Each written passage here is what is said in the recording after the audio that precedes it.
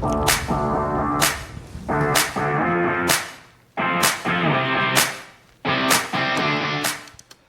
and welcome to another edition, episode 38 of the Are You Ready Wrestling podcast here on Newport City Radio. This week, I'm Luke and I'm going to kick off by talking about the hottest segment of the week, AEW Revolution. Hi, I'm Jack. My segment this week, I would like to be talking about the return of the Tribal Chief, Roman Reigns. Hi, I'm Curtis, and for my segment this week, I'd like to talk about the new Tag Team Champions.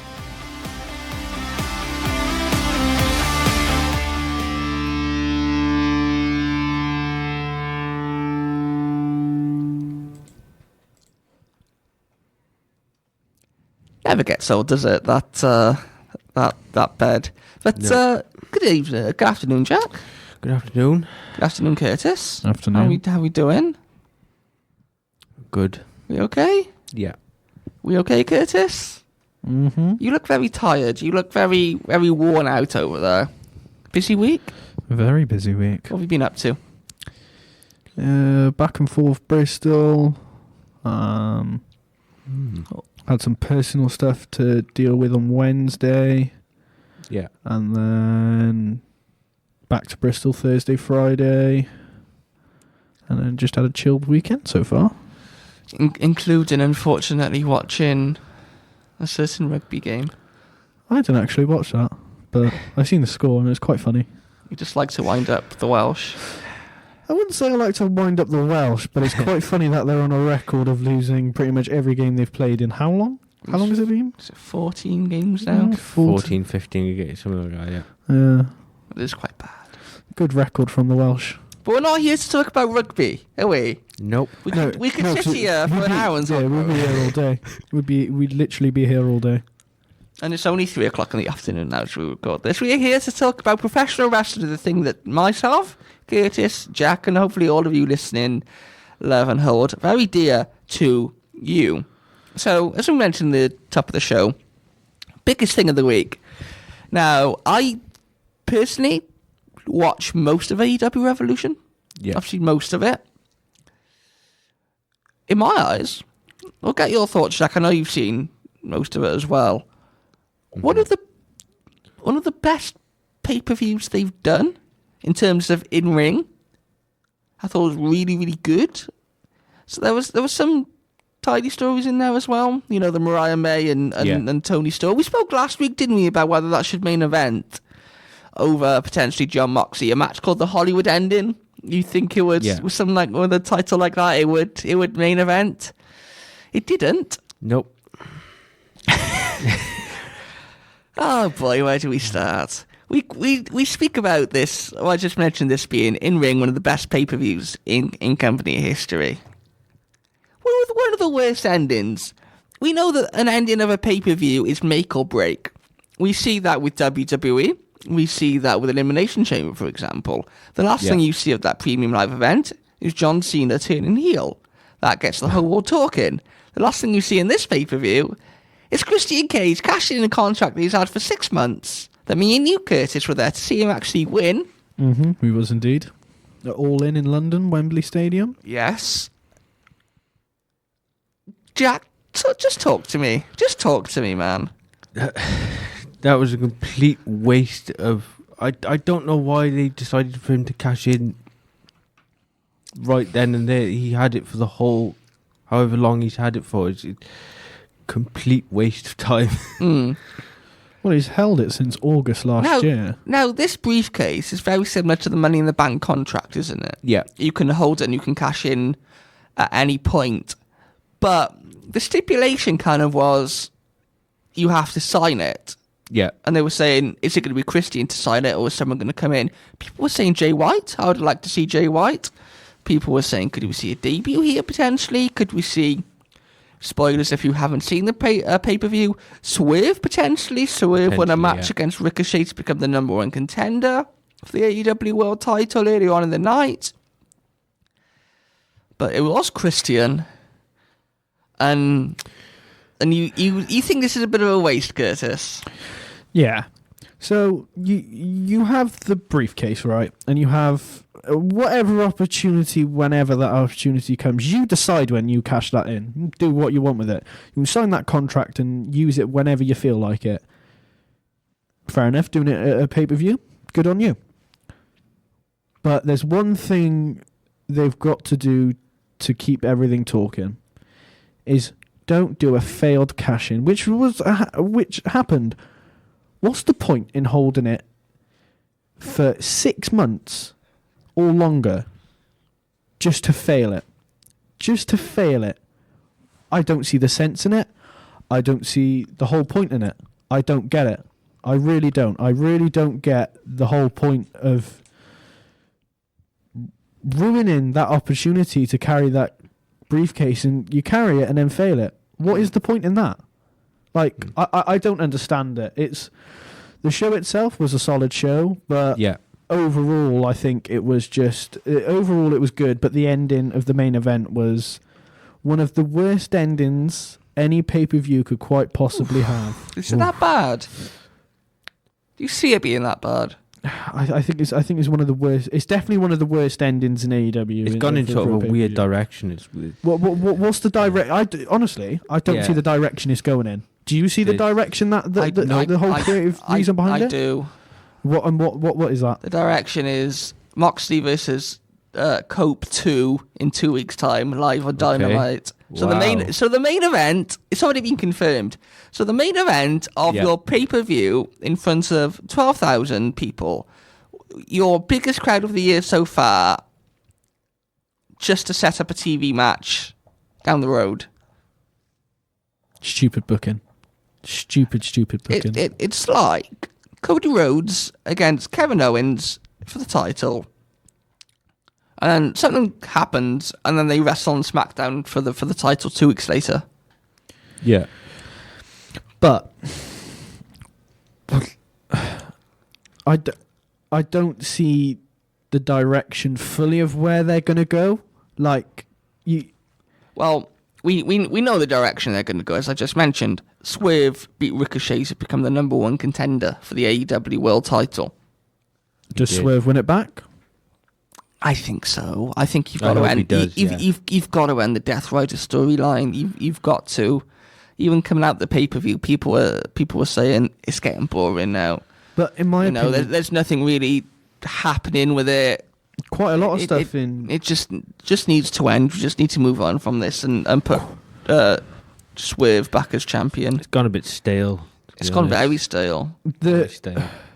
It just seems like it's a circle of they don't know what to do with their creative decisions with everything. They've got storylines that have been going on for over a year now. Like, what is the point? What is the point? Okay then, so how does that compare to, for example, using Edge as an example, Edge and the Judgment Day? That went on for about a year. Cody Rhodes and Roman Reigns indirectly did go on for a year and a half. But the difference with that is they turned it into a story. The whole thing was leading towards the WrestleMania when Cody won the title was finish the story. Yeah. There's no timeline or wording for AEW's titles. There's no cinema involved in it. Is my point. There's no interest in it. Like I'm looking at the main event and I see Christian Cage fails to cash in, and I'm just like, what's the point? I'm not going to be interested in that. If they want to, if they're trying to not compare to WWE but try and be on a worldwide national wrestling company, and they're meant to be all elite, they're meant to be the elite wrestlers, the best wrestlers there, and they have those type of storylines. They need to up their game. Not interested at all, in my opinion. No. Why is that?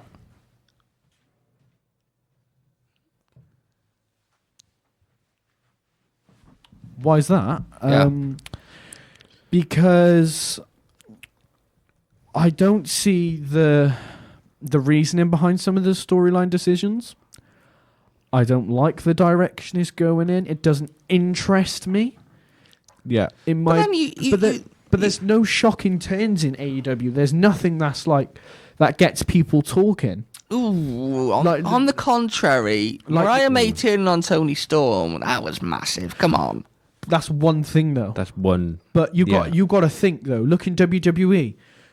John Cena's heel turn. That's one humongous worldwide thing. You've got the Roman Reigns and Seth Rollins stuff. The CM Punk favor. What else have you got? You've got what other storylines that are really interesting at the moment?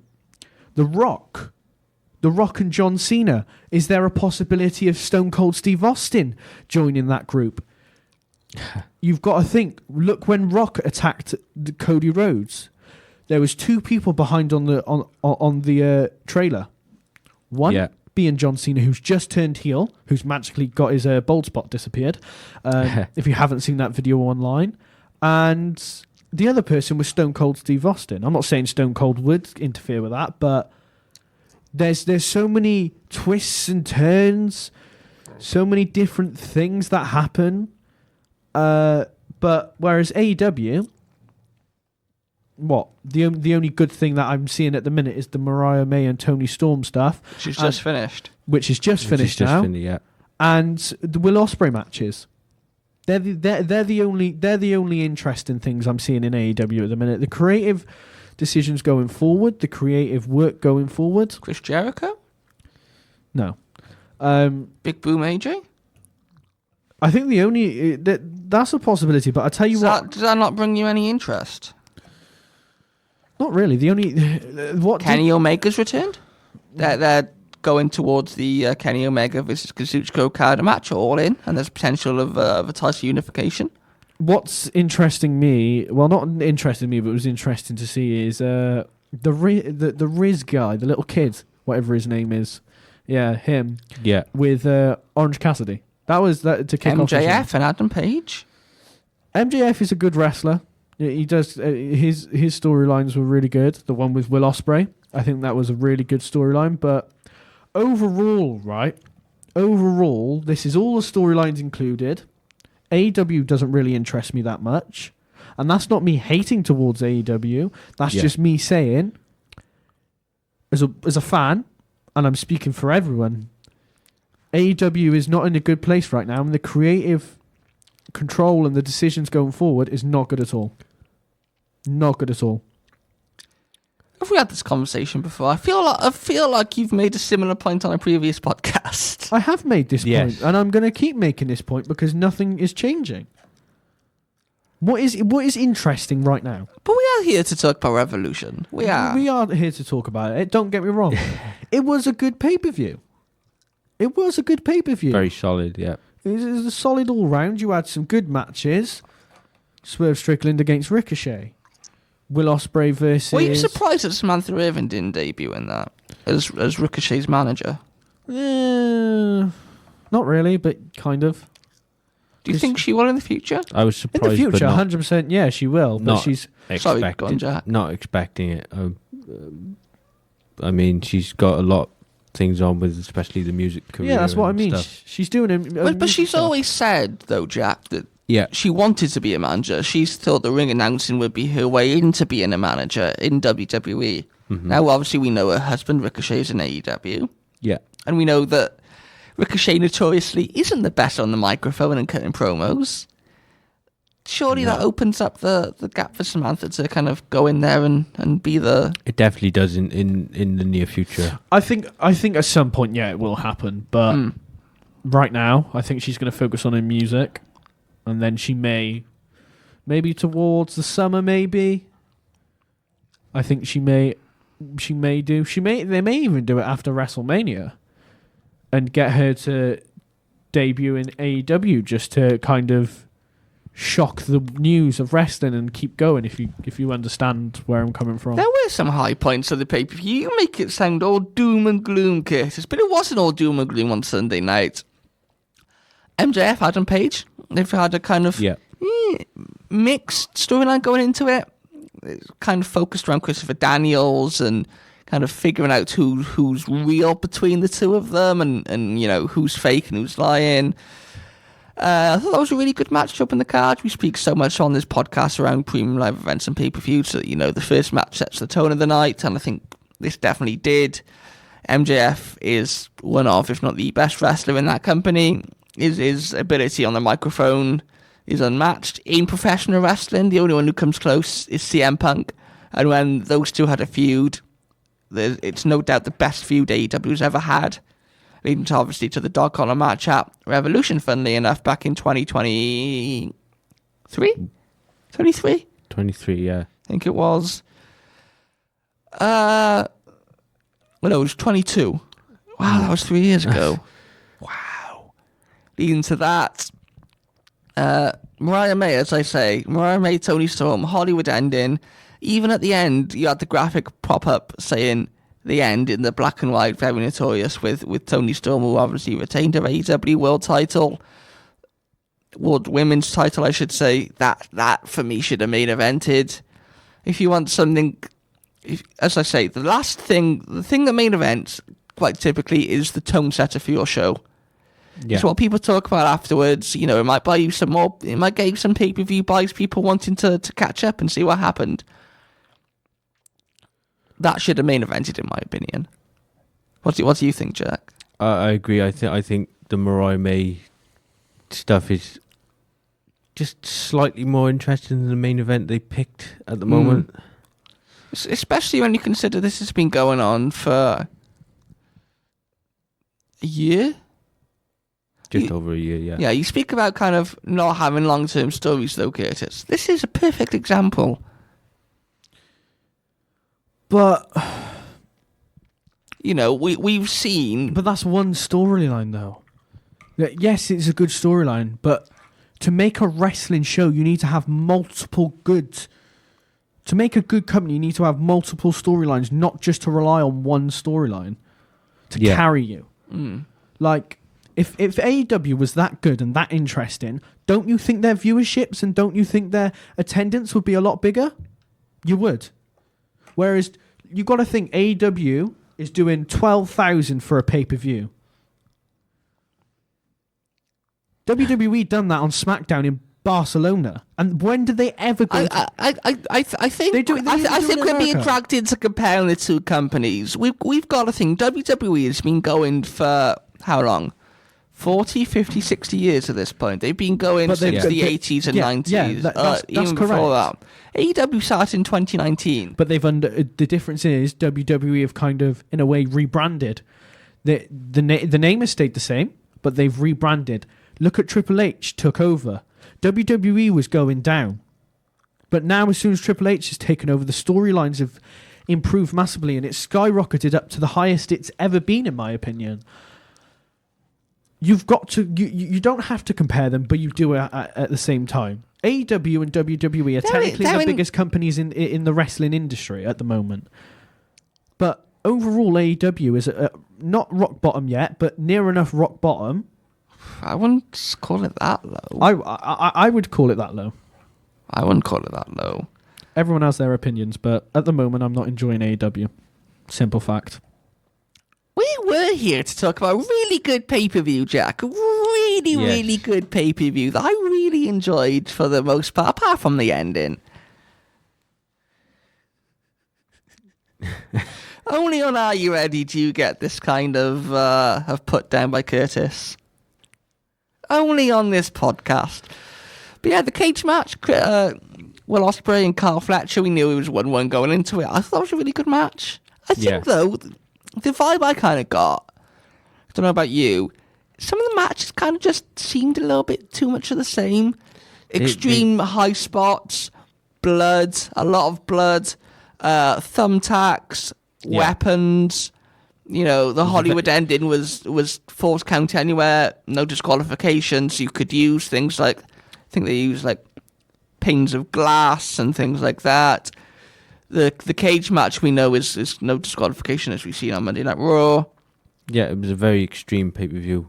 Do you like that in wrestling, or do you think you need that kind of mix of a few different styles of matches across the card. I think you'd need a mix. Any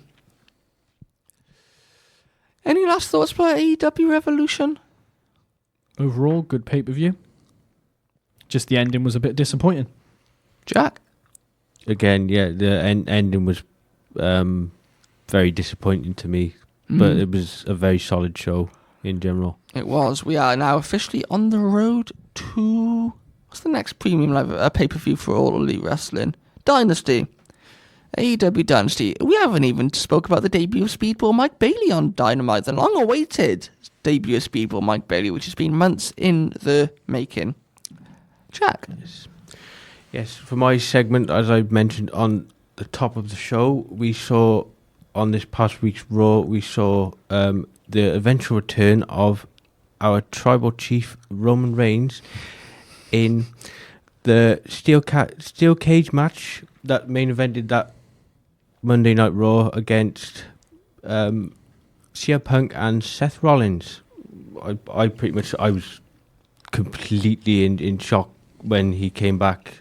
Obviously, deep down it was pretty predictable, but I thought the segment was a brilliant segment. It definitely increased the hype around the potential Mania match we are getting between Punk, Seth, and Roman. Curtis, what are your thoughts on this segment? So, Roman Reigns returning. In my opinion, it was good, but yeah, I knew it was Roman when the crowd popped.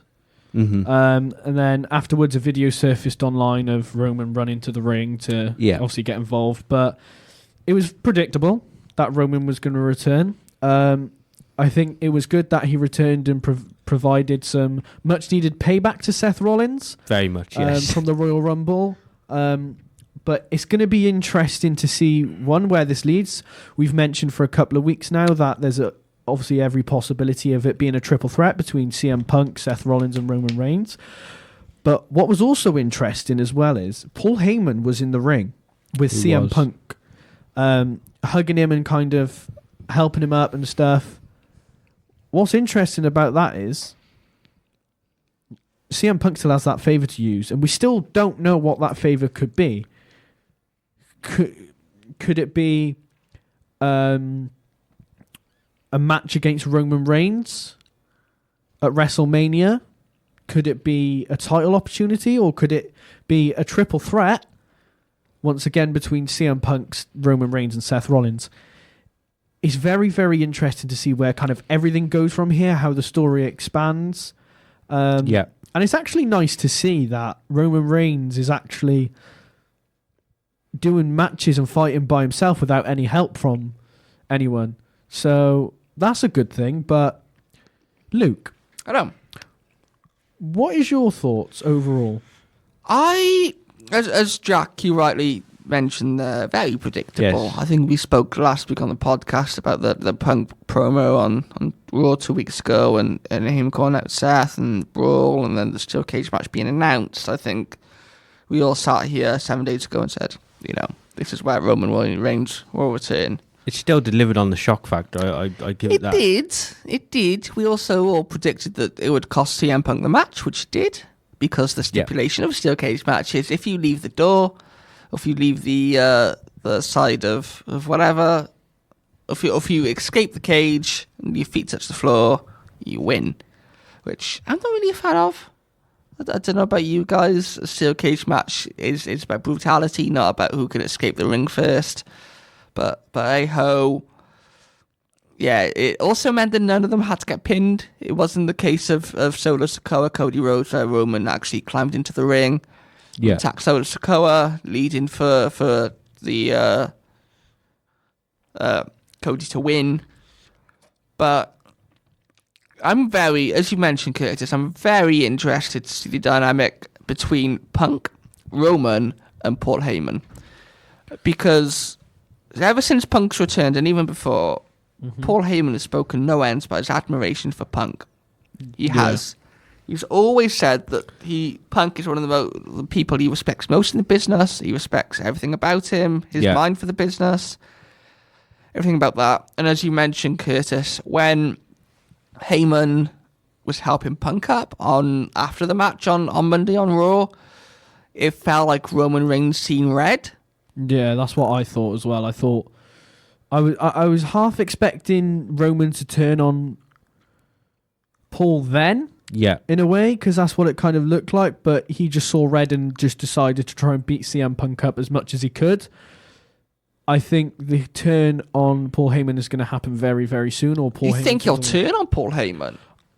I think maybe Paul Heyman will turn on Roman, but and start working with CM Punk. But I think someone or somewhere, Even after Friday SmackDown, where he's picking up Roman Reigns and saying it's Roman Reigns Day, and yeah, I think that's him trying to still act like he's on Roman's side, but deep down behind the scenes, he's actually on CM Punk's side, and he's helping CM Punk, and they're talking about the favor. I think somewhere there's going to be some sly mystery behavior, and I think somewhere there's going to be a segment between CM Punk, Paul Heyman, and Roman Reigns, which then will lead to Seth Rollins coming out, but not a heel turn, but a turn on Paul Heyman, or Paul Heyman turns on Roman, and then it leads to a triple threat with Paul Heyman being by the side of CM Punk at WrestleMania. ooh. I think day by day, it's ever increasing that the favour is going to be Announced and no. It's ever increasing that the favour is going to be Punk is inserted in a match between Seth Yeah. and Roman. It's looking that it's way. pretty yeah. obvious. It's looking that way. It's not. It's not as if it's good. I don't see him being in a title match at all. No. But Here's an idea, actually. Could we see Roman Reigns and Seth Rollins be announced for a match, right? And is announced as the main event of night one? Ooh. Does then CM Punk go over Jey Uso and Gunther, over Charlotte Flair or Ethel Flair as our boss, Lamsey is because Lamsey watches wrestling now. Yeah, this does, is a yes. shocking factor. Lamsey, the main guy of Newport City Radio, The boss. the boss of Newport City Radio, is now watching WWE. There's something to mention on the on the breakfast show That's tomorrow. breaking news. That should be broadcasted live. Well, it is. It's Well- live on the Are You Ready podcast. Yeah, well, I mean, it should be live everywhere. I might even should we put a social media post up about it? I think it's a good idea. Put it in the promotion. Mention it in the breakfast show tomorrow. All right then. Game with no name for 10 points.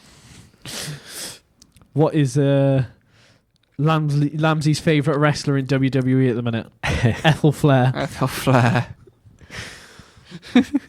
Brilliant. I lost my train of thought now. I was going to make a point. Yeet.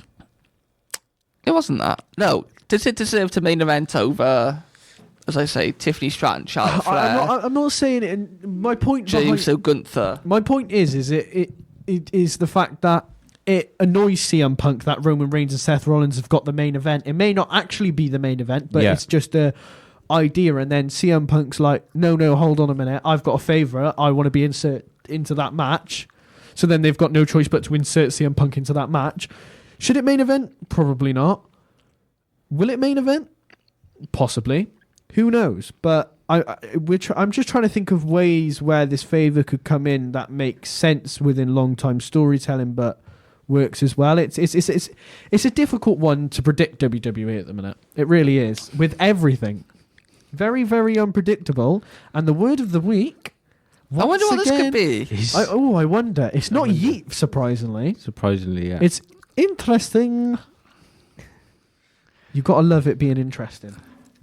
All right, for the listeners at home, Curtis's vocabulary consists of two words: yeet and interesting. And the only phrase he can say is that WWE, the UK deserves a WrestleMania. Funnily enough, you're talking about that. Guess what else the UK deserves? Backlash. Does the UK deserve every single premium live event? Yeet. Last thoughts then on Roman returning. As we say, it was very predictable. It was a really good match up until the Roman. I say up until. Obviously, we know that he cost Punk the match. I think I remember my train of thought now. Could Punk say, I was screwed out of the match with Seth? You okay, Curtis? Yeah. Could we say that Punk was screwed out of the match with Seth? Yeah. Because Roman cost him? He's in the match anyway, and the favour is safe down the road. It doesn't have to be used at WrestleMania. Possibly, but I think the direction that they're going, I think there's a chance that it could get used at WrestleMania because it's so big. But yeah.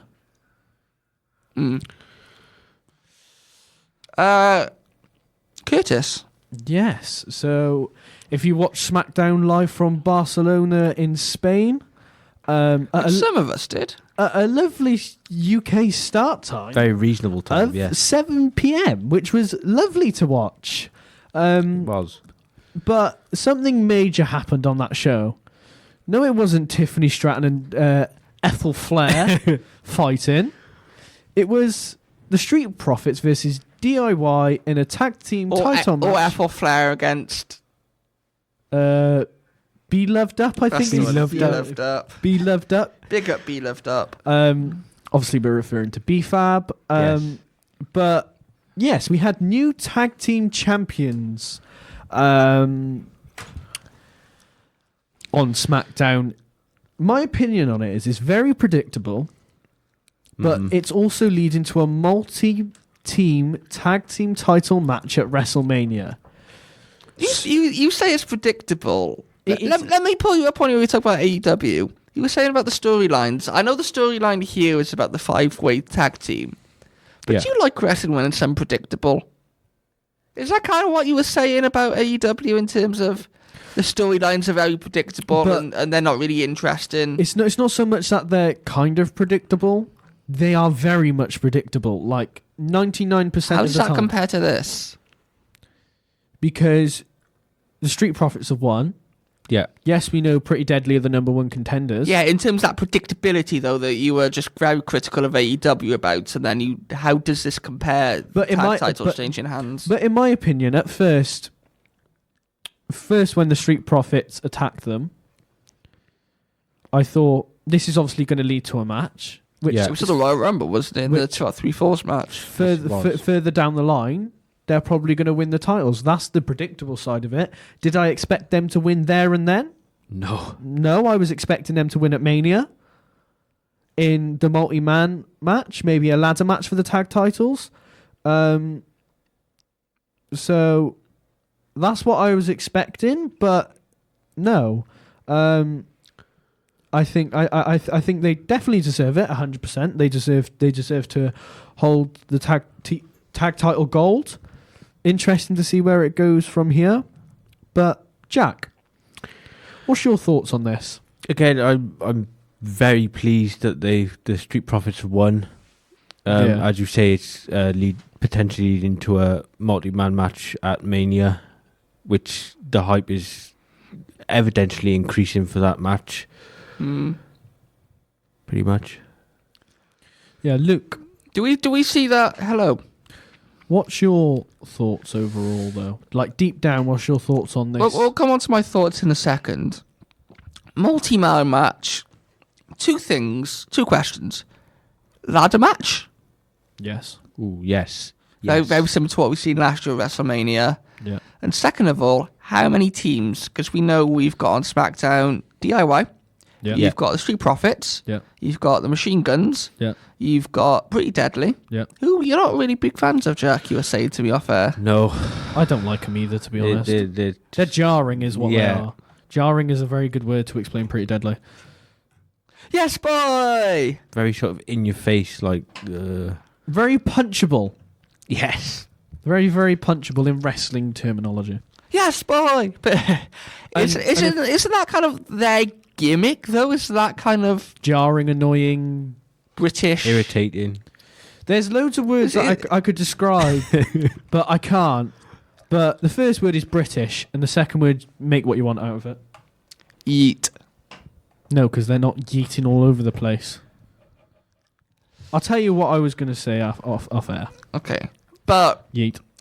But yeah, isn't that kind of their gimmick, though, Jack, in terms of being that kind of annoying British? I reckon it is, yeah. They've sort of designed that gimmick to be that way.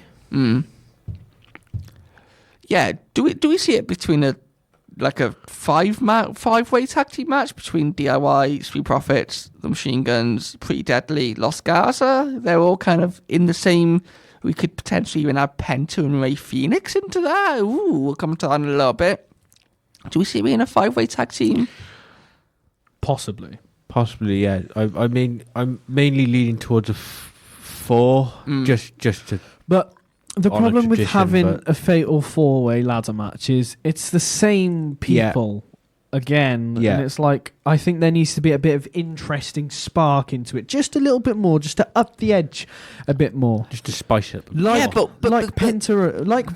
and maybe if his brother does debut, yes. Could that lead to them becoming partners and then becoming on SmackDown to then go for the tag titles at WrestleMania? There's every possibility, but potentially we'll come on to that, Curtis. You're getting ahead of that. We'll do the segment before the segment. Street Profits. So you asked me for my thoughts. Street Profits deserve this, man. They do. They've been on every SmackDown, every Raw that's been asked of them on NXT when required. They're one of the most over tag teams in wrestling nowadays, and I'm here for a tag title run, whether they hold it. Talking about that, it's almost predictable and predictability, Curtis, isn't it? In terms of this, 5-way tag title scene at the moment on SmackDown. Do they hold the titles to WrestleMania? I reckon they do, yeah. Do we have a match somewhere down the road somewhere down the line on the road to WrestleMania where they lose the tag titles? Maybe. I could see that definitely happening as well. I think because of the unpredictability and all the. I think they're trying to play that all these 5 teams kind of trying to one up each other. They're kind of on the same level. No one's really better than the other.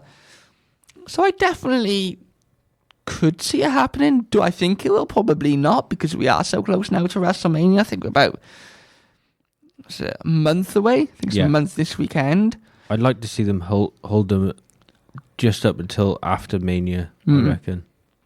And then, do you think they'll retain the titles at WrestleMania then, Jack? This is going to be a bold prediction. I think yes. Oh, okay. They do, unless they add some mystery team in. But, as I say, they hugely deserve the chance to be tag title holders. And SmackDown is the best tag team division in all of professional wrestling at the moment. You've got legendary tag team Moxley Machine Guns. You've got the Street Profits, who are one of the best WWE has to offer. You have DIY, who have so much history as between them. And then you've got 2 tag teams who are trying to break through in Pretty Deadly and in Los Garza, who I'd look forward to seeing those 2 kind of develop. As you say, though, Curtis, Pretty Deadly have a tag team title opportunity. They won the number 1 contendership last week. Yeah.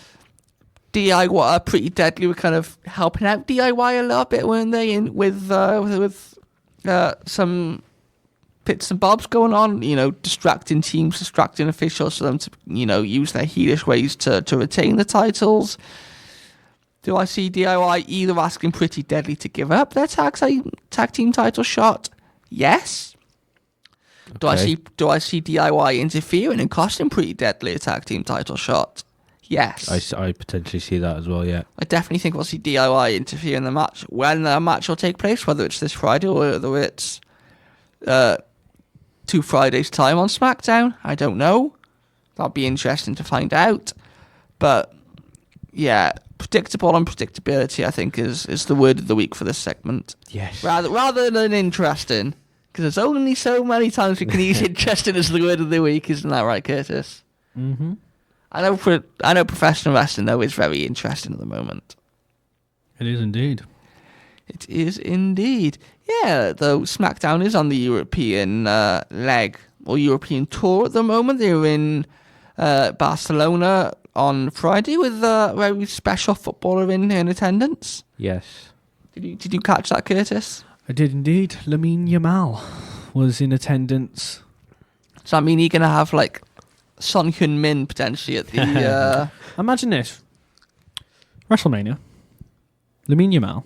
Okay. Travis Scott. Wow. Who else could you throw in the mix there?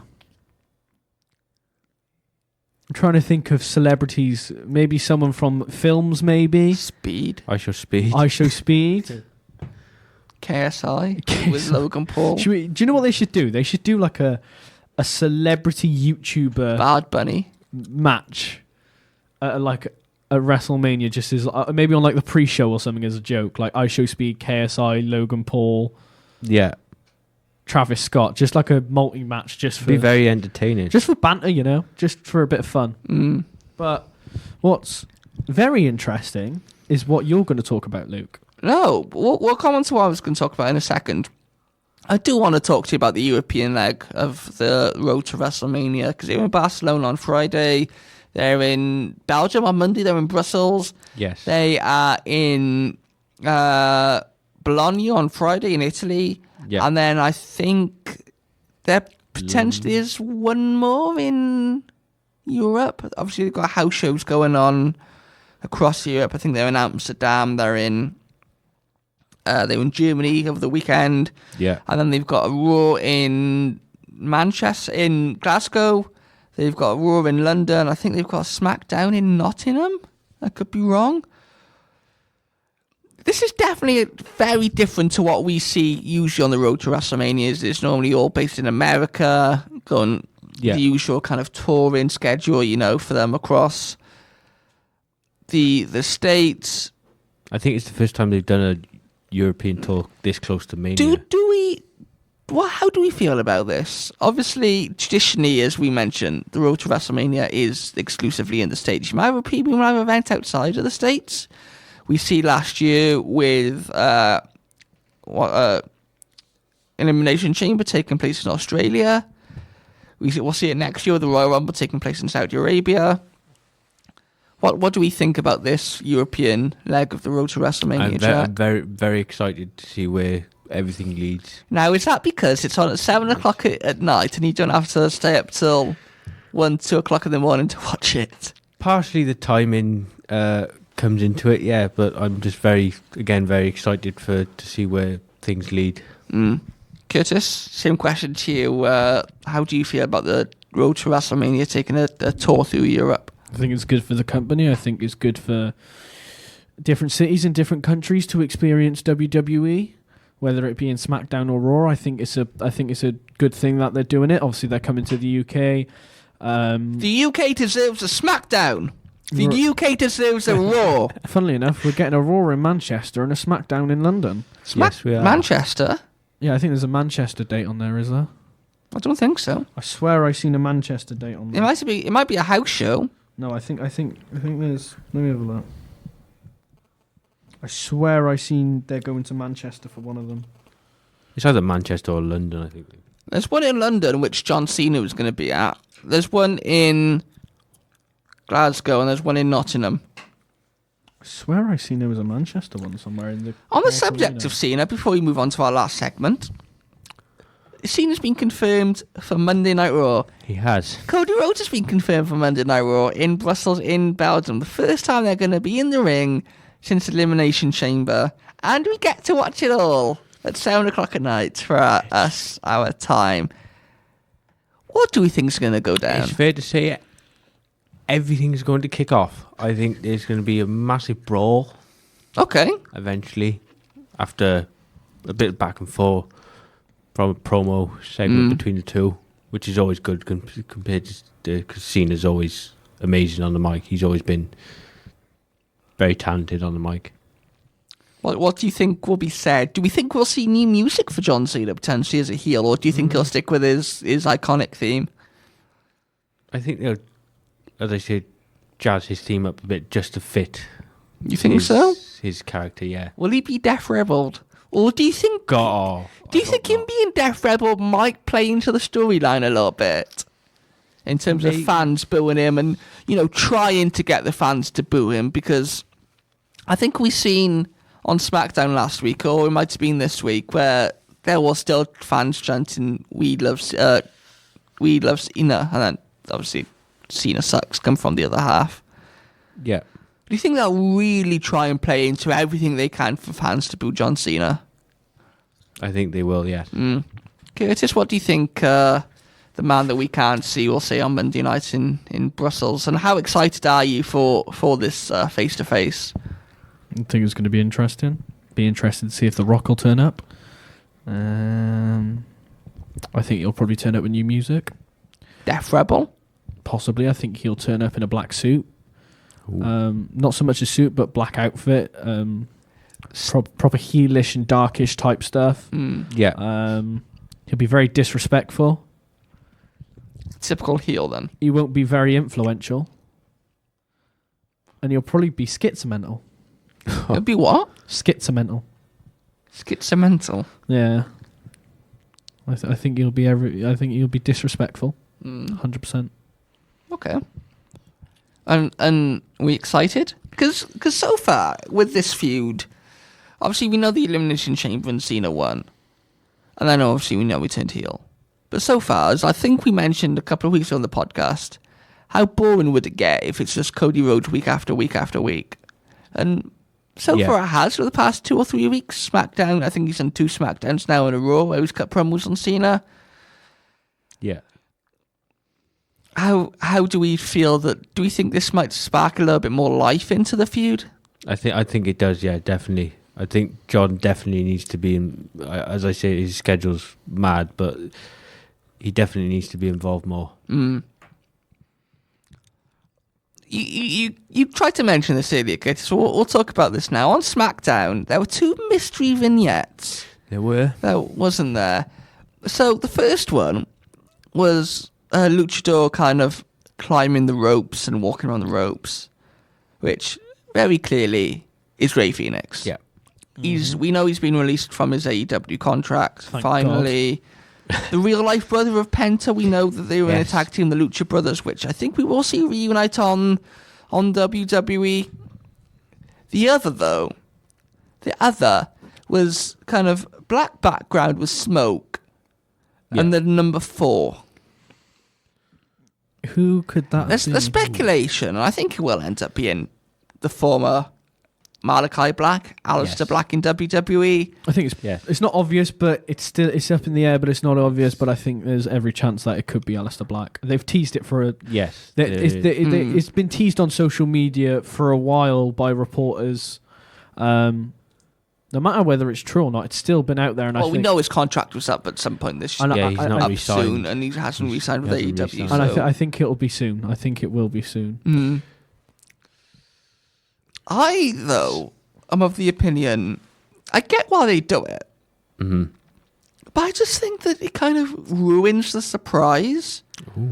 If you look at what wrestling is built upon, it's that surprise aspect, isn't it? That thing of you never know what might happen. Someone might show up. You never know. Look at what makes the Royal Rumble so great. You know, is when that buzzer goes, it could be anyone. It could be anyone. Unless they announce it ahead of time. Yeah, but you don't know kind of the order that they Yeah. come out. Unless it's number 30, and then you can kind of have a clear understanding. But I get why they do it.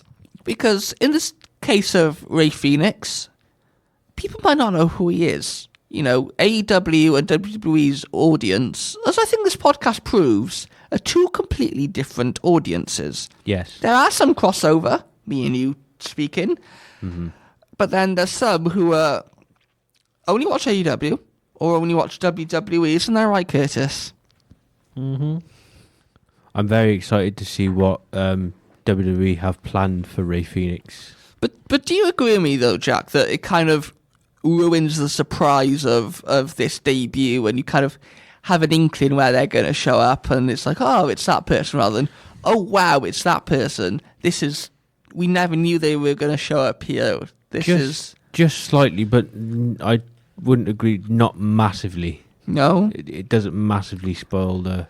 Like I say, I get why they do it, because this allows them to then go around and for audiences who might not have seen them in AEW or outside promotions to go and watch them and get used to them, get to understand them a little bit more, and Yeah. in the example of Penta, maybe some of his catchphrases, etc., etc. But I think it does ruin the surprise aspect a little bit. Look at something like Charlotte Flair, or Ethel Flair, as we're now going to call her on this podcast, Ethel Flair. If she came out the Royal Rumble unannounced, would you have popped more or less compared to what you did when she came out at the Royal Rumble? More, because it's a surprise, isn't it? You don't know she's appearing. Would you agree with that, Curtis? Is that fair to say? Yeah, I think so. But yeah, we'll start off with Rey Fenix, which is the more obvious one. As I mentioned, his brother is Penta. Mm-hmm. I think WWE originally planned for them to debut together. Yeah. Which unfortunately didn't end up happening because AEW added injury time to Rey Fenix's contract, controversially. Which was so stupid. Controversially, as I say. Curtis, you think that they should reunite around WrestleMania? Do you want to clarify, is that before or after WrestleMania? But you think that they will definitely... It'll be 100%. It'll be around WrestleMania time, before or after. Yeah. Very much depends. They pretty much made it obvious that it was Rey Fenix during that. You can quite clearly see with the mask, and I think one of his tattoos were kind of obvious. So I think it could be soon, or it could be after WrestleMania, and then they get transferred to SmackDown, so they can go for they can go for the tag title things together. Okay. Or they could do it before and then be inserted into the match at WrestleMania, if there is a tag title match at WrestleMania, which I think there will be. I think there will be. But yeah, it's very, very interesting. It's interesting. But I think they'll reunite around WrestleMania time. Yeah, definitely. Are you looking forward to seeing Rey? How much do you know about Rey Fenix outside of he's Penta's brother? Well, he's a luchador wrestler, isn't he? He is. Yes. All the luchadors kind of remind me of Rey Mysterio. They just is that just because the word lucha is not synonymous with Rey Mysterio? Not so much that, but they're around. They just like, I don't know. They're just around the same height. They're quite short luchadors. Some of them are, and they just, the style of wrestling is the exact same as Rey Mysterio, and Rey Mysterio is like the most iconic luchador wrestler. Well, we seen a luchador on Monday night deliver a German suplex on Monday Night Raw, didn't we? And then Chad Gable. It was pretty obvious it was Chad Gable, though. I think under the mask it was Chad Gable when he came out, but it was so obvious that it was Chad Gable, though. Like the actual when he was actually out, when he had the mask on. I think so. It was so obvious that it was him. Very obvious. I said straight away it was Chad Gable. As soon as I seen it, it was Chad Gable. I don't see it being anyone else. It makes sense because of what he said to the Creed brothers, American Made. Yeah, we seen the vignette last week. Yeah, but then who was carted away? Who was taken out by security under the mask? Because we know it wasn't him. Yes, it might have been him out there, but when it comes to the backstage segment with him, it wasn't him being carted away by security guards. It was someone else under the mask. I think it's Chad Gable. And he was in two places at once.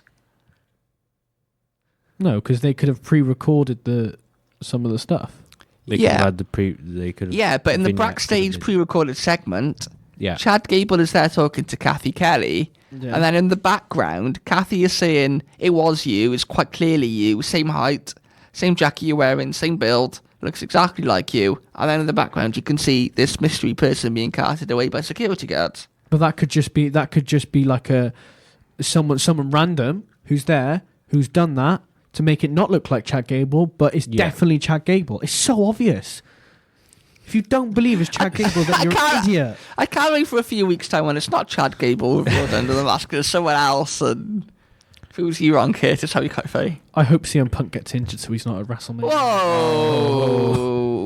And I know that offends you, Luke, because CM Punk is your favourite wrestler. Whoa! I'd never make comments on Jey Uso. Well, he's going to beat Gunther. It's pretty obvious. Yeet. You're very excited though to see what WWE have planned with Phoenix. Yes, I am. I'm very, very excited to see what they have planned. Whether that's possible singles run on SmackDown or going to Raw to reunite with his brother. Yeah, because that is the most interesting thing, isn't it? We see there were teasers about Penta, for example, exclusively on Raw. Yeah. We see there were teasers going back a couple of months about the Motor City Machine Guns on SmackDown, and then they debuted on SmackDown. But we know Penta's on Raw, but Phoenix, these vignettes are airing on SmackDown. Do we see him debuting on SmackDown, or do we think this is just there to kind of, because it's the first one on the European tour, they're just drumming up some interest or some more interest? What do you think? I just think they're just drumming up interest, whether or not he's going to debut on one of the shows. Someone who I think could very well debut on one of the shows is Aleister Black. Yes. Who, as we say, we don't know what the 4 means. We don't know who it's for, but it's implied potentially, especially with the dark and the kind of, say, gothic. You know what I mean? The black themes with the smoke. Yeah. It is implied that is Aleister Black, who is from Amsterdam. He's from the Netherlands. He's a Dutch wrestler. Could we see him debut on the road to WrestleMania when they're over here in Europe? Potentially. Now, I did look. They do have a house show lined up in Amsterdam. I don't think he'll wrestle there. I don't think he'll debut there because I'll keep it for a major spot. But what do we see Aleister Black doing in WWE? What do we hope he get out of his run? Goes after WWE? Bron Breakker. Yeah. The IC title. Okay. I think Bron Breakker and Aleister Black could put on a really good match, to be honest. I do generally think that they can do that. So, yeah, I think it could be Bron Breakker, Aleister Black somewhere down the line. But how he debuts, it all depends on what comes of these vignettes as well. Yeah. And these videos and kind of stuff like that, and what kind of direction it looks like it's going in. I think after that, maybe then we'll have more of an idea. And I think it could be Bron Breakker. It could be anyone really, but I'm not sure. I don't know. Who do you think? Who do I think? Yeah. Well, it's implied it's Aleister Black. No, I'm not on about who you think Oh. it is. If we pretty much know it is, and it's implying that it's Aleister Black, but how does he debut and who does he go for? Well, as I say, it would make sense for him to debut on the road to WrestleMania. Yeah. Whether that 4 means anything, I don't know. It could be a countdown. It could be 4, 3, 2, 1, and then he debuts. It could be. I don't think so. Whether the 4 is a potential faction, and there's 4 people in the faction. You know, in AEW, he led the House of Black. That could possibly happen again in WWE, although I would like to see him on a singles run. Would it be on SmackDown though, Curtis, as we just mentioned with Rey Fenix? I potentially do see him popping up on SmackDown. I think SmackDown does need, especially with it being 3 hours, I think SmackDown does need some major star power. The shows feel like they do drag a little bit. I think over the past couple of weeks over there, I've got a little bit better, but I do still feel like they are dragging a little bit. Drew McIntyre. I think people on the road to WrestleMania before, we were kind of getting around to the McIntyre and Priest match. I think people were saying that Aleister Black against Drew McIntyre, 2 big dudes that are very physical in the ring. I think that would be a perfect match. And I think they could tell some pretty good stories as well. Very similar path. Aleister Black, former NXT champion, same as McIntyre. They obviously have history in NXT. Bit of history on the main roster as well. And then obviously both have gone elsewhere and kind of drawn up some interest in themselves from being elsewhere. So, yeah, I could potentially see it being Drew McIntyre, especially now with McIntyre being on SmackDown. Does that kind of make sense? I think he would. I think I want to go after Sheamus. I do. Oh, okay. Curtis? Do you see Drew McIntyre or Sheamus for Aleister Black over on the SmackDown brand? Drew McIntyre. Can we have a word of the week for these two mystery vignettes? I wonder what this is going to be. Mystery. Oh, okay. Ooh, okay. It's a new word of the week. No. I got it wrong. It's interesting. I was going to say we need to take we need to end this episode now because we're in shock. But thank you though. Thank you, Curtis. Thank you. Thank you, Jack. Thank you. We are very much looking forward to seeing what this John Cena and Cody Rhodes promo segment holds on Monday Night Raw, and we're also looking. Bologna SmackDown is advertised for Seth Rollins, CM Punk, and Roman Reigns. So And maybe don't forget the possibility of what's her name? Lamsey's favourite? Ethel Flair. Ethel Flair. Flair. Could see Ethel Flair and Tiffany Stratton again. Maybe be loved up. And be loved up. Yes. Yeah. I feel a bit sorry for her. She didn't really get much of a pop, even though she cut a promo in Spanish before going to the ring, which you thought would have got maybe some of the Spanish speaking people on side. But oh well. Thank you for listening and taking your time out to listen to another edition of the Are You Ready Wrestling podcast. We'll see you next week.